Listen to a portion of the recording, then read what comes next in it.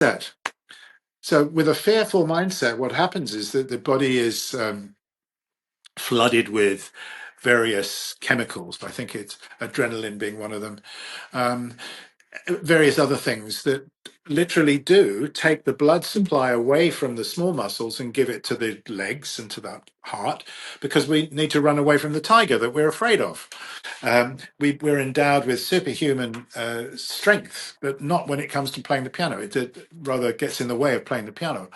So I experienced tightness in my muscles and stiffness, but it was because of the chemical that my brain had pumped out into my body. So, I often will find that positive self-talk and positive talk from the teacher, both those can go a long way to alleviating some of the negative stuff. Often teachers are just very unkind.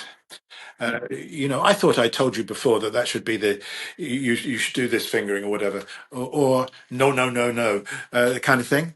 Rather say to the student, I see you're still having a little problem with that. Let's see if I can help you loosen that up, or something.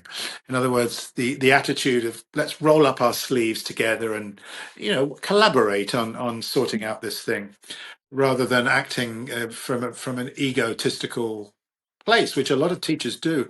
And I think it's because they've received that themselves. They've received a kind of baggage from their teacher, who's it's probably unresolved psychological stuff from the teacher that didn't get resolved properly. So then it gets thrown out. I can't handle it. You handle it. It's all unconscious anyway.